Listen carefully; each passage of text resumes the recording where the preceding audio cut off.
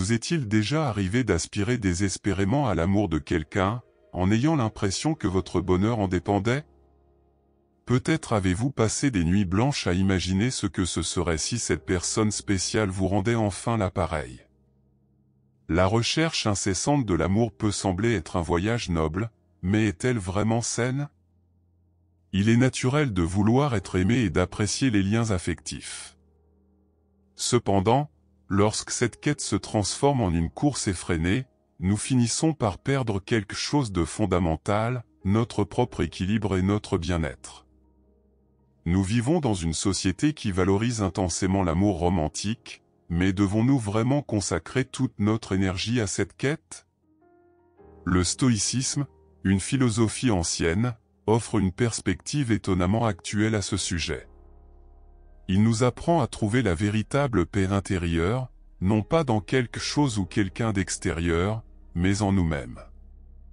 En cessant de courir après l'amour, nous apprenons à valoriser ce que nous sommes et à cultiver un sentiment d'épanouissement et de bonheur qui ne dépend pas de quelqu'un d'autre. Apprendre pourquoi il n'est pas bon de courir après l'amour peut être la clé d'une vie plus pleine, plus sereine et vraiment satisfaisante. L'amour est merveilleux, il peut nous rendre heureux et nous rapprocher des autres. Cependant, les stoïciens nous mettent en garde contre la recherche incessante de l'amour. Ils pensent que si nous sommes toujours à la recherche de l'amour, nous pouvons finir par nous sentir malheureux et insatisfaits. Pourquoi? Parce que nous plaçons notre bonheur dans quelque chose que nous ne pouvons pas complètement contrôler. Imaginez que vous souhaitiez vraiment que quelqu'un vous aime. Vous faites tout ce que vous pouvez pour lui plaire, mais en fin de compte, cette personne décide qu'elle ne veut pas être avec vous. Cela peut faire mal et il est normal de se sentir triste. Mais les stoïciens nous enseignent que notre bonheur ne doit pas dépendre entièrement de l'amour des autres. Ils nous encouragent à trouver le contentement et la paix en nous-mêmes. Imaginez le bonheur comme un arbre robuste. L'amour est comme l'eau qui aide l'arbre à pousser, mais l'arbre a besoin de racines solides et d'un sol fertile pour vraiment s'épanouir. Si l'arbre ne dépend que de l'eau, il risque de ne pas survivre à une sécheresse. De même, si notre bonheur ne dépend que de l'amour des autres, nous pouvons nous sentir perdus lorsque cet amour n'est pas là. Les stoïciens pensent que le vrai bonheur vient de l'intérieur. Ils nous enseignent à apprécier nos propres vertus et à travailler à notre développement personnel. Lorsque nous cultivons des qualités telles que la sagesse, le courage, la justice et la modération, nous créons un terreau fertile pour notre bonheur. Cela ne signifie pas que nous ne devrions pas aimer ou être aimés, mais que l'amour ne devrait pas être la seule source de notre joie. Lorsque nous apprenons à accepter ce que nous ne pouvons pas contrôler et à nous concentrer sur notre propre développement, nous devenons plus résilients et plus satisfaits. Nous affrontons la vie avec plus de sérénité, même lorsque les choses ne se déroulent pas comme prévu. La prochaine fois que vous chercherez l'amour sans fin, rappelez-vous les leçons des stoïciens, le vrai bonheur commence à l'intérieur de soi. Concentrez-vous sur la meilleure version de vous-même et permettez à l'amour d'être un complément à votre bonheur, et non la seule raison de celui-ci. Le stoïcisme est né dans la Grèce antique, fondé par un homme appelé Zénon de City, vers 300 avant Jésus-Christ. Il pensait que la clé du bonheur et de la paix intérieure était de vivre en accord avec la nature et la raison. Le stoïcisme nous enseigne que nous devons vivre en harmonie avec la nature. Mais qu'est-ce que cela signifie? Il ne s'agit pas seulement de la nature qui nous entoure, comme les arbres et les rivières, mais aussi de notre propre nature humaine. Les stoïciens pensent que nous possédons tous une partie rationnelle, un esprit capable de penser, de réfléchir et de prendre des décisions judicieuses. Lorsque nous utilisons notre raison pour guider nos actions et nos choix, nous vivons en accord avec notre nature. L'une des idées centrales du stoïcisme est que la vertu est la seule chose véritablement bonne. La vertu, ici, signifie être une bonne personne, agir avec sagesse, courage, justice et maîtrise de soi. Les stoïciens pensent que si nous agissons selon ces vertus, nous serons heureux et en paix, indépendamment de ce qui se passe autour de nous. Prenons un exemple. Imaginez que vous jouez à un jeu de société avec vos amis. Vous voulez vraiment gagner, mais à la fin vous perdez. Les stoïciens diraient que le résultat du jeu n'est pas le plus important. Ce qui compte vraiment, c'est la façon dont vous avez joué, si vous avez été juste, si vous vous êtes amusé, si vous avez traité vos amis avec respect. Gagner ou perdre est quelque chose que nous ne pouvons pas entièrement contrôler, mais nos attitudes et nos actions pendant le jeu sont sous notre contrôle. Les stoïciens nous enseignent également à faire la différence entre ce que nous pouvons et ce que nous ne pouvons pas contrôler. Nous pouvons contrôler nos pensées, nos émotions et nos actions. Mais nous ne pouvons pas contrôler le temps, les décisions des autres ou les événements imprévus. Lorsque nous l'acceptons, nous cessons de nous inquiéter de ce qui échappe à notre contrôle et nous nous concentrons sur ce que nous pouvons faire pour bien vivre. Une autre figure importante du stoïcisme est Épictète, un ancien esclave devenu l'un des plus grands philosophes stoïciens. Il nous rappelle que ce ne sont pas les choses qui nous arrivent qui nous contrarient, mais la manière dont nous pensons à ces choses. Si quelqu'un nous maltraite, nous pouvons choisir de réagir. Nous pouvons nous mettre en colère ou nous rendre compte que l'attitude de cette personne ne définit pas qui nous sommes. Marc Aurèle, empereur romain et célèbre stoïcien, a écrit que nous devrions vivre chaque jour comme si c'était le dernier, mais pas de manière désespérée. Nous devons vivre pleinement, en faisant de notre mieux, en appréciant le moment présent et en agissant avec intégrité. Au cœur du stoïcisme se trouve l'idée qu'en vivant de manière vertueuse et en harmonie avec notre nature rationnelle, nous trouvons le vrai bonheur et la satisfaction. Cela ne signifie pas que nous ne serons pas confrontés à des défis ou à la tristesse, mais que nous sommes équipés pour faire face à ces situations de manière calme et équilibrée. Imaginez que vos émotions sont comme des chevaux sauvages. Si nous les laissons courir, elles peuvent provoquer toutes sortes de chaos. Mais si nous apprenons à les guider, nous pouvons utiliser leur énergie de manière productive et constructive. C'est exactement ce que nous enseigne le stoïcisme, comment comprendre et gérer nos émotions afin de vivre de manière équilibrée et harmonieuse. Les stoïciens pensent que les émotions, telles que la colère, la peur, la tristesse et même la joie excessive, peuvent nous entraver si nous ne savons pas comment les gérer. Mais cela ne signifie pas que nous devrions essayer d'être comme des robots, sans sentiments. Au contraire, il nous encourage à ressentir, mais aussi à réfléchir à ces émotions et à ne pas les laisser nous contrôler. Imaginons une situation quotidienne, vous êtes dans un embouteillage et quelqu'un vous coupe dangereusement la route. Votre réaction immédiate peut être la colère. Votre cœur s'emballe, vous commencez à transpirer et vous criez peut-être même après l'autre personne, même si elle ne vous entend pas. Les stoïciens nous diraient que cette réaction est naturelle, mais que nous avons le pouvoir de décider de notre prochaine action. Au lieu de laisser la colère prendre le dessus, nous pouvons respirer profondément et penser, je ne peux pas contrôler la conduite des autres, mais je peux contrôler ma réaction. Épictète, l'un des grands maîtres stoïciens, avait coutume de dire que ce ne sont pas les événements eux-mêmes qui nous contrarient, mais les opinions que nous avons à leur sujet. Si nous pensons que se faire couper la route dans les embouteillages est une attaque personnelle, nous nous sentirons attaqués. Mais si nous comprenons que le comportement de l'autre conducteur n'a rien à voir avec nous, nous pouvons rester calmes et aller de l'avant sans laisser la colère prendre le dessus. Un autre exemple important est celui de la tristesse. Nous sommes tous confrontés à des moments de perte et de douleur.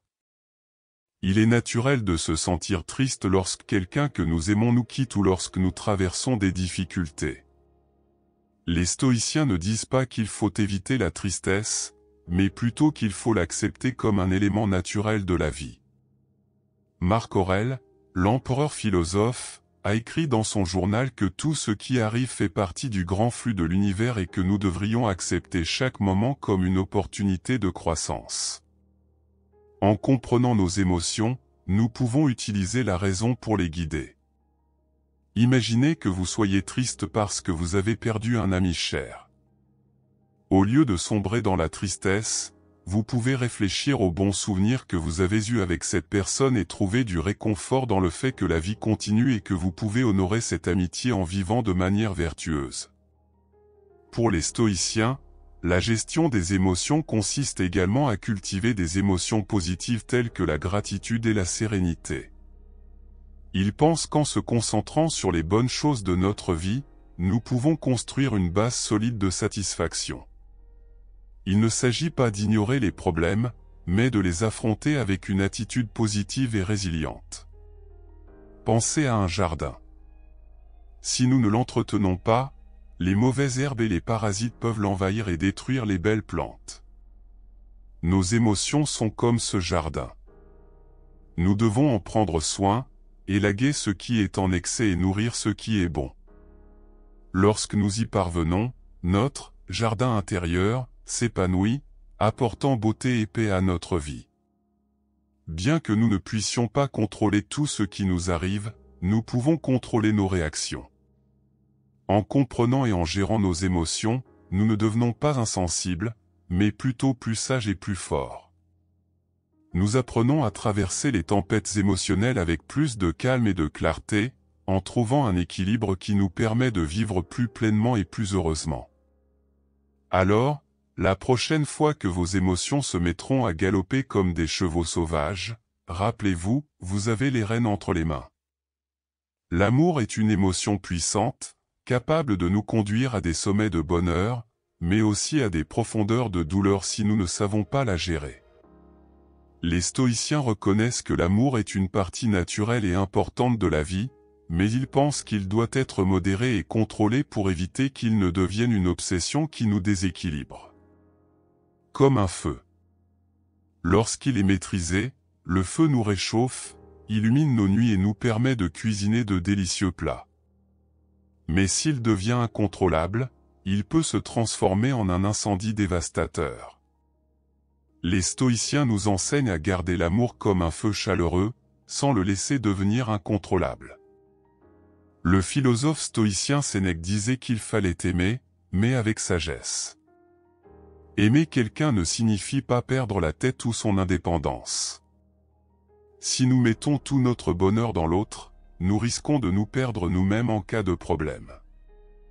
Pour les stoïciens, l'amour doit être un choix conscient, où nous apprécions l'autre personne sans dépendre d'elle pour notre bonheur. Prenons une situation concrète, vous rencontrez quelqu'un et commencez à tomber amoureux. Il est normal de toujours vouloir être proche de cette personne, de faire des choses pour lui plaire et de penser à elle en permanence. Mais les stoïciens nous rappellent l'importance de l'équilibre. Nous devons nous rappeler de prendre soin de nous-mêmes, de maintenir nos intérêts et de ne pas nous perdre dans l'autre personne. La modération en amour ne signifie pas aimer moins, mais aimer de manière saine. Imaginez que vous ayez un jardin avec de belles fleurs. Si vous l'arrosez trop, les plantes risquent de se noyer, si vous l'arrosez trop peu, elles se dessèchent. Un bon entretien permet aux fleurs de devenir fortes et belles. De la même manière, un amour modéré et équilibré permet aux deux partenaires de s'épanouir individuellement et ensemble. Épictète, un autre grand stoïcien, nous enseigne que nous devons aimer les gens pour ce qu'ils sont, et non pour ce que nous voudrions qu'ils soient. Cela signifie qu'il faut accepter l'autre avec ses qualités et ses défauts, sans essayer de le modeler à notre image de perfection. Lorsque nous aimons quelqu'un de cette manière, nous sommes justes et vrais, ce qui crée une base solide pour une relation saine. Les stoïciens nous mettent également en garde contre le danger des attentes irréalistes. Lorsque nous attendons de notre partenaire qu'il soit parfait ou qu'il nous rende toujours heureux, nous nous exposons à des déceptions. La vie est pleine de hauts et de bas, et les gens font des erreurs. En aimant stoïquement, nous acceptons ces imperfections et apprenons à relever les défis ensemble. Un autre point important est l'indépendance émotionnelle. Dans ses écrits, Marc Aurèle parle de l'importance d'être autonome. Cela ne signifie pas être froid ou distant, mais plutôt avoir la capacité de trouver la joie et la paix en soi, sans dépendre exclusivement de l'amour de quelqu'un d'autre. Lorsque nous sommes émotionnellement indépendants, nous sommes plus à même de construire des relations solides et saines, fondées sur le respect mutuel et une véritable connexion. Imaginez que vous êtes un alpiniste. L'ascension d'une montagne nécessite de la force, de l'endurance et de l'attention. Vous pouvez avoir un partenaire d'escalade, et ensemble vous vous soutenez mutuellement, mais vous devez chacun être capable de vous soutenir vous-même. Si l'un dépend entièrement de l'autre pour chaque étape, l'ascension devient risquée. En amour, c'est la même chose, le soutien mutuel est essentiel, mais chacun doit être capable de tenir bon tout seul. En résumé, l'amour est une partie naturelle et belle de la vie, mais, comme nous l'enseignent les stoïciens, il doit être modéré et contrôlé. Il ne s'agit pas d'aimer moins, mais d'aimer d'une manière qui nous permette de grandir et de nous épanouir individuellement et ensemble. En gardant l'amour comme un feu douillet et équilibré, nous pouvons profiter de ses joies sans être consumés par ses flammes. Souvenez-vous donc, aimez de tout votre cœur, mais avec la sagesse des stoïciens, en trouvant l'équilibre et l'harmonie dans vos relations. Approfondissons un peu le concept stoïcien des indifférences préférentielles et son application à l'amour. Imaginez que vous disposiez d'un ensemble d'outils. Certains de ces outils sont essentiels pour travailler, comme un marteau ou un tournevis, tandis que d'autres, comme un pinceau ou du papier de verre, sont utiles mais pas indispensables. Dans le stoïcisme, l'amour est considéré comme l'un de ces outils utiles, qui peut ajouter de la valeur à notre vie, mais qui n'est pas absolument essentiel à notre bonheur ou à notre vertu. Les stoïciens classent des choses comme l'amour, la santé, la richesse et la beauté dans la catégorie des indifférences préférées. Cela signifie que, bien qu'elles ne soient pas nécessaires à notre bonheur, elles peuvent rendre la vie plus agréable si elles sont utilisées correctement.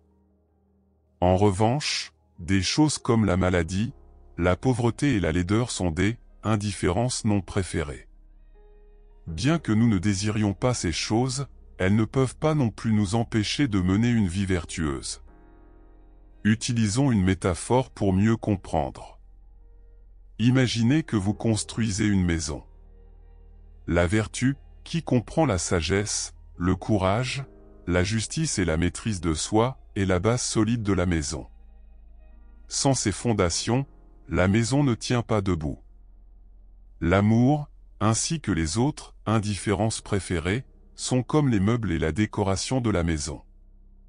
Ils rendent l'environnement plus agréable et confortable, mais ils ne sont pas essentiels pour que la maison soit sûre et habitable. Les stoïciens nous enseignent que si nous utilisons l'amour correctement, il peut enrichir notre vie sans nous dominer. L'amour peut nous inciter à être meilleurs, à être plus gentils et plus compatissants.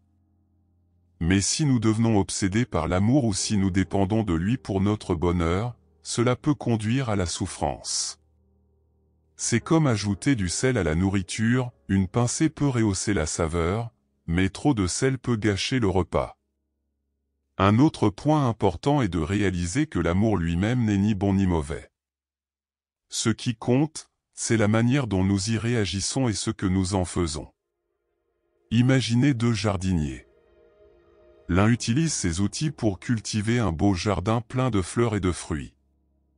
L'autre ne sait pas comment utiliser les outils correctement et finit par endommager les plantes. Les outils sont les mêmes, mais le résultat dépend de la manière dont ils sont utilisés. De la même manière, l'amour peut conduire à la joie et à la croissance s'il est utilisé à bon escient, ou à la douleur et à la déception s'il est mal utilisé.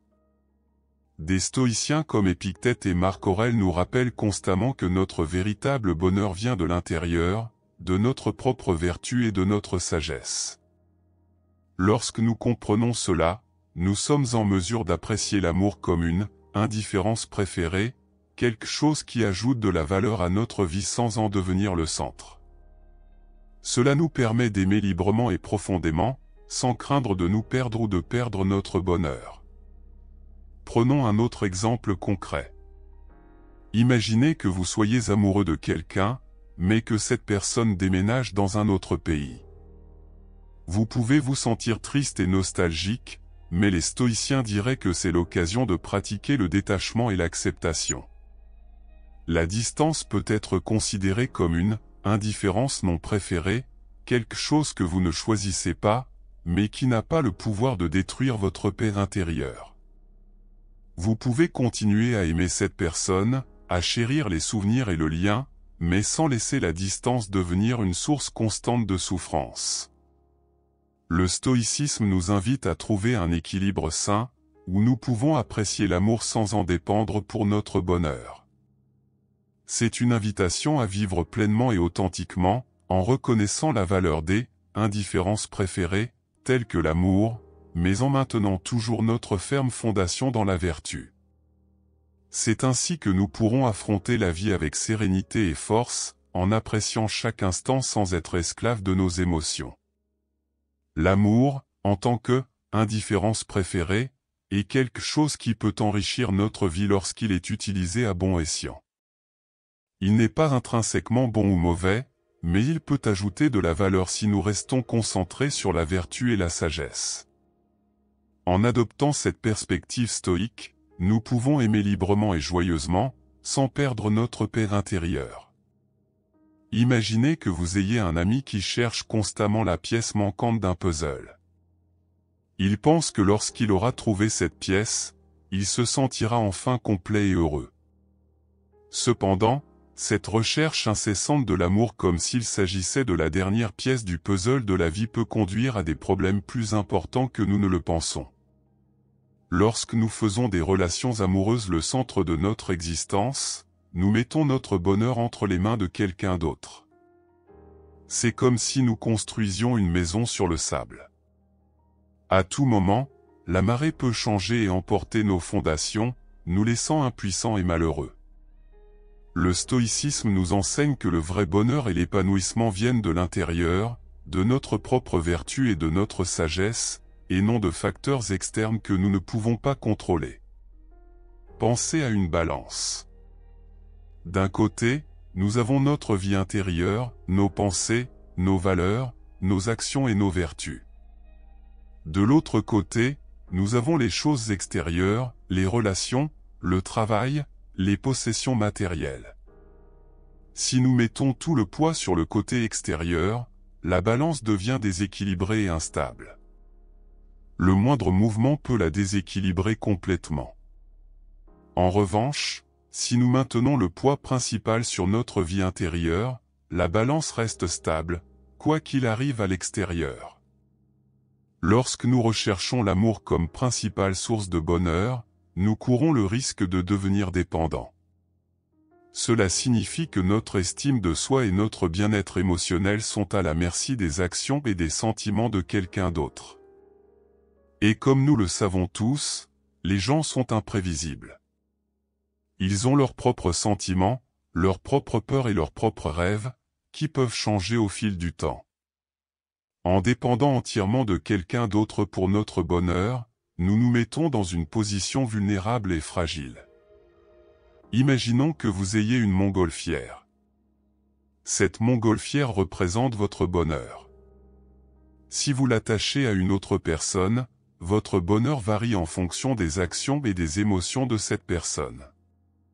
En revanche, si vous maintenez le ballon fermement attaché au sol grâce à vos propres vertus et à votre sagesse, il reste stable, quelles que soient les tempêtes extérieures.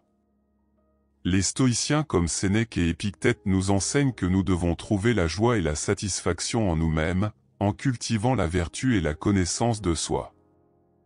Lorsque nous comprenons que nous sommes suffisants et complets en nous-mêmes, nous pouvons entrer en relation de manière plus saine et plus équilibrée. Nous pouvons aimer profondément, mais sans perdre notre propre identité et notre bonheur. Prenons une métaphore simple, imaginez que vous êtes un bateau naviguant sur un vaste océan. Si votre objectif principal est de trouver un autre bateau avec lequel naviguer, vous risquez de vous perdre, de changer de cap ou même de faire naufrage en essayant de suivre un autre bateau. En revanche, si vous avez votre propre carte et votre propre boussole et que vous savez où vous voulez aller, vous pouvez trouver d'autres bateaux, naviguer à leur côté et profiter de leur compagnie, sans vous perdre. Les stoïciens nous enseignent qu'en mettant notre bonheur entre les mains de quelqu'un d'autre, nous construisons un château de cartes, prêt à s'effondrer au moindre coup. Au lieu de cela, nous devrions construire notre bonheur sur une base solide d'autonomie et de vertu. Cela ne veut pas dire qu'il ne faut pas aimer ou rechercher des relations, mais elles doivent faire partie de notre vie, et non en être le centre. Lorsque vous trouvez l'épanouissement en vous-même, vos relations deviennent plus riches et plus significatives. Vous ne cherchez pas chez l'autre personne quelque chose qui vous manque, mais vous partagez votre épanouissement et votre joie. Cela crée une relation plus saine, où les deux partenaires peuvent grandir et s'épanouir ensemble, sans la pression d'être la source du bonheur de l'autre. Poursuivre l'amour comme objectif principal dans la vie place notre bonheur sur un terrain instable, dépendant des actions et des sentiments d'une autre personne. Le stoïcisme nous apprend à trouver le vrai bonheur en nous-mêmes, par la vertu et la sagesse, ce qui nous permet d'aimer librement et profondément, sans perdre notre propre identité et notre bien-être. Rappelez-vous que vous êtes complet dans votre propre droit, et que l'amour doit être un ajout précieux à votre vie, et non l'unique raison de votre bonheur.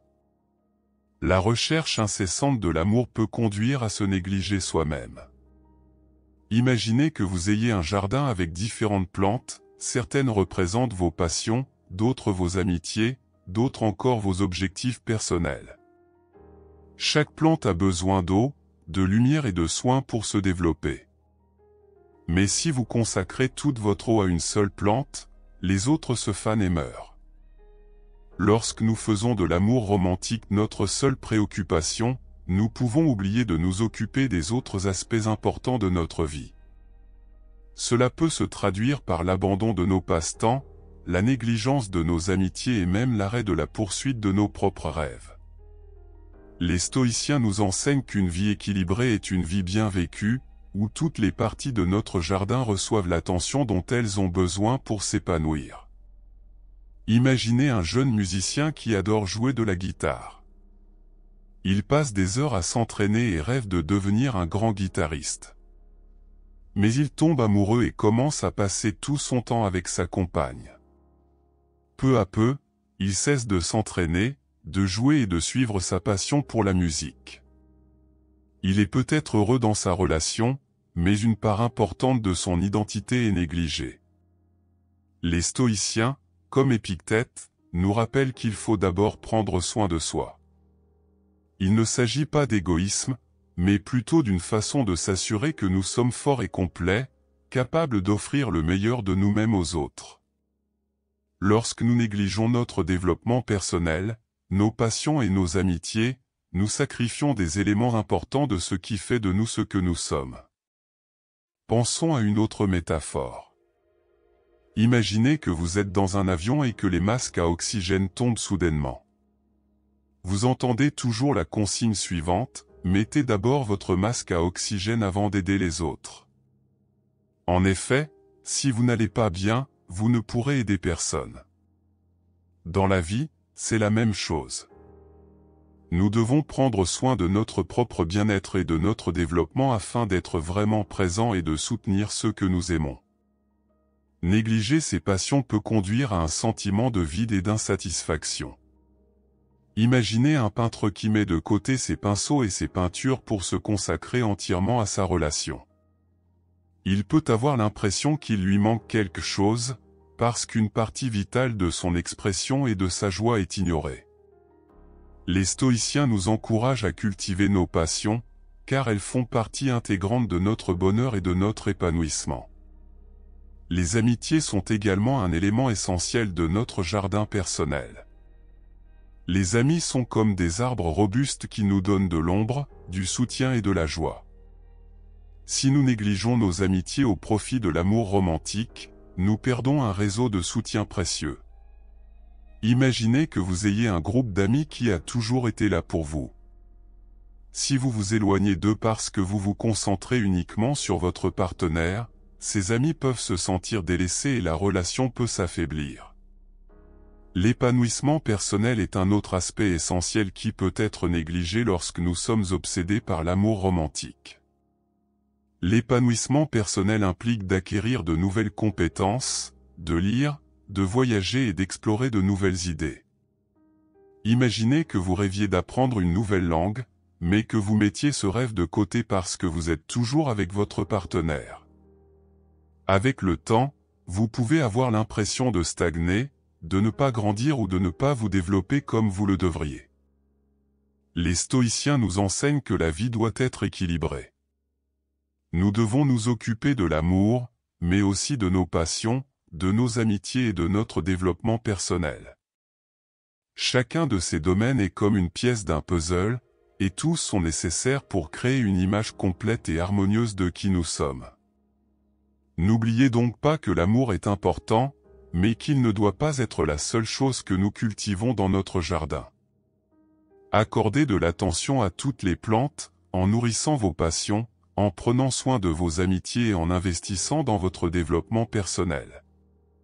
C'est ainsi que vous pourrez créer une vie riche, équilibrée et pleine de sens, où l'amour sera un élément précieux de votre bonheur, mais pas le seul.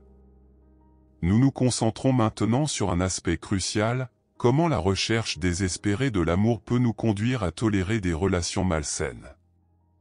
Vous êtes en voyage dans le désert et vous avez désespérément besoin d'eau.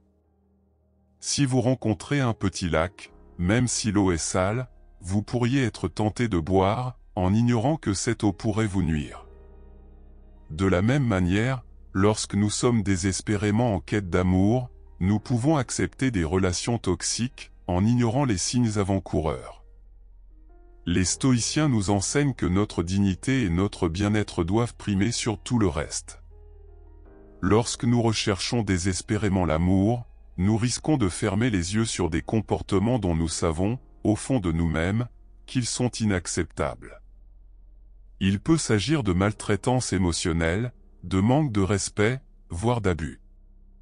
Comme un marin qui, en pleine tempête, s'accroche à un morceau de bois pourri dans l'espoir de rester à flot, nous nous accrochons à des relations néfastes, par peur de la solitude. Pensez à un navire qui coule. Si nous voulons désespérément rester à flot, nous nous accrochons à tout ce qui flotte, même si ce n'est pas sûr. Les relations malsaines sont comme cette épave, elles semblent être une solution temporaire, mais elles ne nous offrent pas de sécurité à long terme.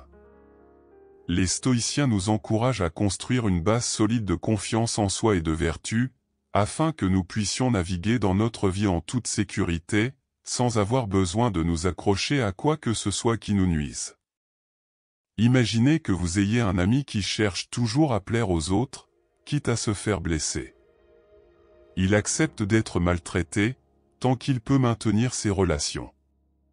Les stoïciens nous diraient que cet ami doit se souvenir de sa propre dignité et de sa propre valeur. Nous devrions nous traiter mutuellement avec le même respect et la même attention que nous attendons des autres. Les signes avant-coureurs d'une relation peuvent être subtils au début, comme de petites critiques, un contrôle excessif ou un manque de respect. Si nous ignorons ces signes, ils peuvent se développer, comme une petite fissure dans un mur qui finit par provoquer l'effondrement d'une maison. Les stoïciens nous enseignent à être conscients de ces signes et à agir avec sagesse. Nous devons nous demander, est-ce conforme à ma dignité et à mon bien-être ? Imaginez que vous conduisez une voiture et qu'un voyant s'allume sur le tableau de bord. Ignorer ce voyant pourrait entraîner des problèmes plus graves à l'avenir. De la même manière, ignorer les signaux d'alarme dans une relation peut entraîner de la douleur et de la souffrance. Les stoïciens nous enseignent à prêter attention à ces signaux lumineux et à agir avant que les problèmes ne deviennent ingérables. Accepter les mauvais traitements dans une relation, c'est comme vivre dans une maison dont les murs sont fissurés et qui présente des fuites. Au début, nous pouvons penser que c'est supportable, mais avec le temps, la situation s'aggrave et peut devenir insoutenable. Les stoïciens nous encouragent à accorder de l'importance à notre propre bien-être et à rechercher des relations fondées sur le respect et le soutien mutuel. Prenons une autre métaphore, imaginez que vous cultivez un jardin. Si une plante est malade, vous n'ignorez pas les signes indiquant qu'elle a besoin de soins. Vous agissez pour la guérir ou, si nécessaire, vous l'enlevez pour protéger le reste du jardin. Dans nos relations, nous devons faire de même. Nous devons prendre soin de ceux qui nous respectent et nous traitent bien, et nous éloigner de ceux qui nous font souffrir. Les stoïciens pensent que le vrai bonheur vient d'une vie conforme à la vertu et à la raison. Cela implique de choisir des relations qui favorisent notre croissance et notre bien-être. Lorsque nous nous estimons et recherchons l'amour de manière saine, nous trouvons des relations qui nous élèvent plutôt que de nous démolir. La recherche incessante de l'amour peut nous faire vivre constamment dans le futur, nous empêchant de nous épanouir dans le présent. Vous êtes toujours à la recherche de l'étoile filante parfaite pour faire un vœu. En regardant le ciel, on rate la beauté des étoiles qui nous entourent et les moments précieux qui se déroulent sur Terre. Lorsque nous recherchons sans cesse l'amour, nous projetons toujours notre bonheur dans l'avenir. On se dit, quand je trouverai la bonne personne, je serai heureux. Mais cette mentalité nous empêche d'apprécier le présent. Le stoïcisme nous apprend à vivre dans l'instant présent, à trouver la joie et le contentement ici et maintenant. Marc Aurèle, un célèbre stoïcien, a dit « La vie n'est ni passé ni futur, mais seulement le moment présent ». Pensez à un enfant qui attend Noël.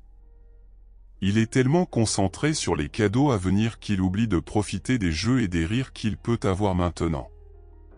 De la même manière, lorsque nous sommes obsédés par la recherche de l'amour, nous cessons d'apprécier les petites joies et les beautés de la vie quotidienne. Nous pouvons passer à côté de moments précieux avec nos amis, notre famille ou même nous-mêmes. Imaginez que vous faites une longue promenade le long d'un sentier.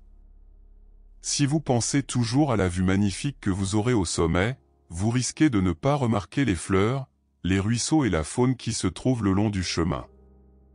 La recherche sans fin de l'amour est comme cette randonnée. En se concentrant uniquement sur la destination, on passe à côté du voyage, et c'est sur le voyage que se déroulent les meilleurs moments de la vie. Les stoïciens nous rappellent de pratiquer la gratitude pour ce que nous avons maintenant. Au lieu de penser constamment à l'amour que nous n'avons pas encore trouvé, nous devrions apprécier les relations que nous avons déjà, les expériences que nous vivons et les opportunités qui s'offrent à nous.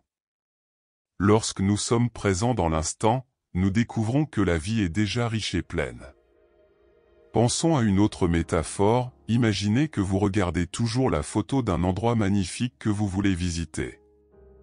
Vous passez tellement de temps à regarder la photo que vous oubliez d'explorer le monde qui vous entoure. Le stoïcisme nous apprend à poser la photo et à ouvrir les yeux sur la beauté qui nous entoure déjà.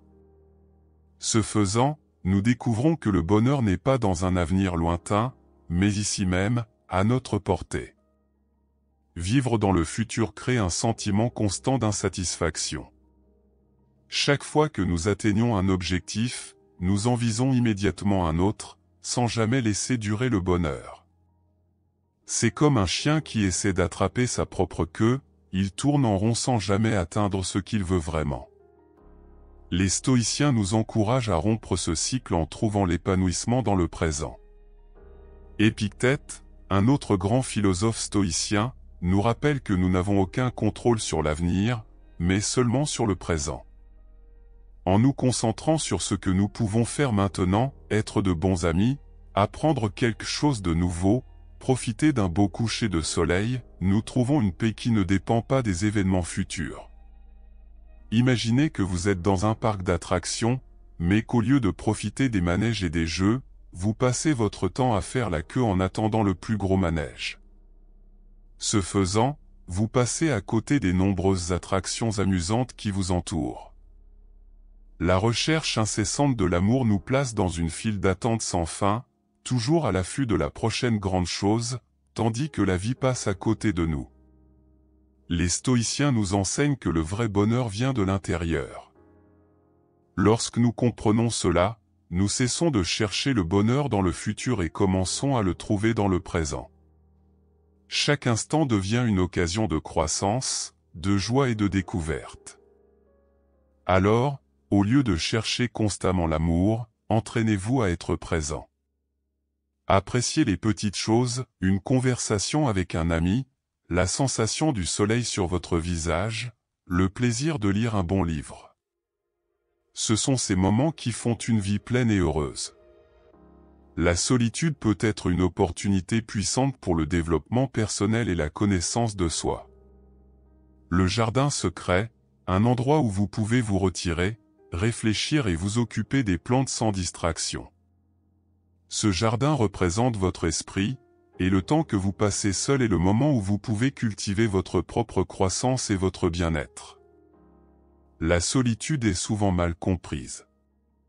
Au lieu d'être une période de tristesse ou d'isolement, elle peut être l'occasion d'apprendre à mieux se connaître. Les stoïciens, comme Sénèque, nous encouragent à passer du temps dans la solitude pour réfléchir à nos actions, nos pensées et nos émotions. C'est le moment de faire le point sur notre vie et de réfléchir à la manière dont nous pouvons l'améliorer. Pensez à la solitude comme à un miroir. Lorsque nous sommes seuls, nous pouvons regarder à l'intérieur de nous et voir nos véritables émotions et pensées sans l'influence d'autres personnes. C'est comme si l'on enlevait la poussière d'un miroir et que l'on voyait clairement son reflet. Ce processus d'introspection nous aide à comprendre ce qui nous motive vraiment, ce qui nous rend heureux et ce que nous devons améliorer. Imaginez que vous êtes dans une pièce pleine de bruit et de confusion. Il est difficile de penser clairement ou d'entendre ses propres pensées. La solitude, c'est comme quitter cette pièce bruyante et entrer dans un espace calme où l'on peut entendre sa propre voix intérieure. Les stoïciens pensent que c'est dans cette voix intérieure que nous trouvons la véritable sagesse et la paix. En valorisant la solitude, nous apprenons à être autonomes. Cela ne signifie pas que nous devrions éviter les autres ou que nous n'avons pas besoin de relations. Au contraire, lorsque nous sommes à l'aise avec nous-mêmes, nous devenons de meilleurs partenaires, amis et membres de la famille. Nous ne dépendons pas des autres pour notre bonheur, mais nous partageons notre bonheur avec eux. Prenons une autre métaphore, imaginez que votre esprit est un lac. Lorsque nous sommes constamment entourés d'autres personnes, le lac peut devenir agité et trouble, avec des vagues et des courants. La solitude permet à l'eau du lac de se calmer et de devenir claire. Dans cette clarté, nous pouvons voir le fond du lac, comprendre nos désirs les plus profonds et prendre des décisions plus sages. Les stoïciens nous rappellent également que la solitude est un moment propice à la pratique et à la discipline. Marc Aurèle, empereur romain et stoïcien, profitait de ces moments de solitude pour écrire et réfléchir à ses responsabilités et à ses actions. Il considérait la solitude comme une occasion de renforcer son caractère et d'affiner ses vertus. Lorsque nous sommes seuls, nous pouvons consacrer du temps à apprendre quelque chose de nouveau, à méditer, à écrire ou simplement à réfléchir. Ce temps de qualité avec nous-mêmes nous aide à grandir et à nous développer en tant qu'individus. C'est comme aiguiser un couteau, plus nous consacrons de temps à notre propre développement, plus nous devenons efficaces dans notre vie quotidienne. Imaginez que vous construisiez une maison. La solitude est le temps que vous passez à renforcer les fondations et à vous assurer que la structure est solide. Sans ces moments de construction et de réflexion, la maison peut sembler belle de l'extérieur, mais elle sera fragile et susceptible de s'effondrer sous la pression. Les stoïciens nous enseignent à considérer la solitude comme une opportunité de liberté. Lorsque nous sommes seuls, nous n'avons pas à nous soucier de l'approbation des autres. Nous pouvons être totalement authentiques, explorer nos passions et relever nos défis personnels sans être distraits. Cette liberté nous permet de découvrir qui nous sommes vraiment et ce que nous voulons vraiment dans la vie. En bref, la valorisation de la solitude est un principe stoïque qui nous offre une opportunité de connaissance de soi et de développement personnel. Lorsque nous passons du temps seuls, nous pouvons réfléchir, apprendre et renforcer notre caractère. La solitude nous aide à être autonomes et à comprendre que le vrai bonheur vient de l'intérieur. Ainsi, lorsque nous sommes en compagnie, nous pouvons partager notre épanouissement avec les autres d'une manière plus significative et authentique. Profitez de la solitude comme d'un temps précieux pour entretenir votre jardin intérieur, nettoyer votre miroir mental et calmer le lac de votre esprit. Ce faisant, vous découvrirez que la solitude n'est pas une chose à craindre, mais un outil puissant pour vivre une vie pleine et vertueuse, en harmonie avec vous-même et le monde qui vous entoure. Les stoïciens pensaient que nous devions cultiver la vertu de la patience, qui est essentielle à l'épanouissement de l'amour véritable.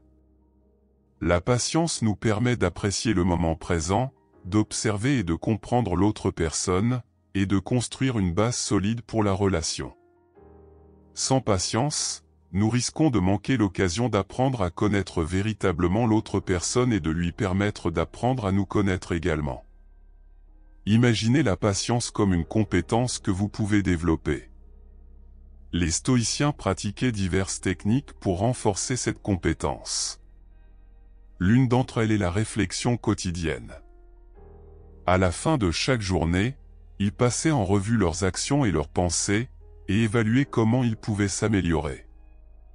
Vous pouvez faire de même, en réfléchissant à la manière dont vous vous êtes comporté dans vos relations et aux domaines dans lesquels vous auriez pu faire preuve de plus de patience. La méditation est une autre pratique stoïcienne. Il ne s'agit pas seulement de s'asseoir en silence, mais aussi de réfléchir à ce qui compte vraiment et d'accepter le cours naturel des événements. Lorsque vous vous sentez impatient, prenez le temps de respirer profondément et rappelez-vous que l'amour véritable ne peut être précipité. Les stoïciens nous enseignent également à faire la distinction entre ce qui est sous notre contrôle et ce qui ne l'est pas. Nous ne pouvons pas contrôler les sentiments des autres ou le moment où l'amour va éclore. Nous pouvons contrôler nos propres actions et attitudes. En faisant preuve de patience et en permettant à l'amour de se développer naturellement, nous faisons preuve de respect et d'attention à l'égard du processus. Pratiquer la patience, c'est aussi accepter que chaque personne ait son propre rythme.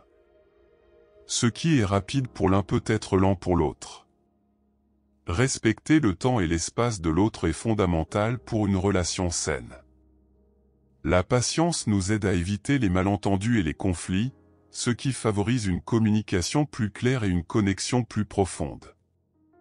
N'oubliez pas que la patience est une forme d'amour en soi. Lorsque nous sommes patients, nous montrons que nous sommes prêts à attendre le meilleur moment, que nous respectons le temps et les besoins de l'autre et que nous accordons autant d'importance au voyage qu'à la destination. En bref, le stoïcisme nous enseigne que la patience est essentielle pour permettre à l'amour de se développer organiquement. En pratiquant la patience, nous créons un environnement où l'amour peut s'épanouir naturellement, sans précipitation ni pression. Il en résulte des relations plus fortes, plus saines et plus durables. La prochaine fois que vous serez tenté de précipiter les choses, rappelez-vous les enseignements stoïciens et laissez l'amour suivre son cours naturel.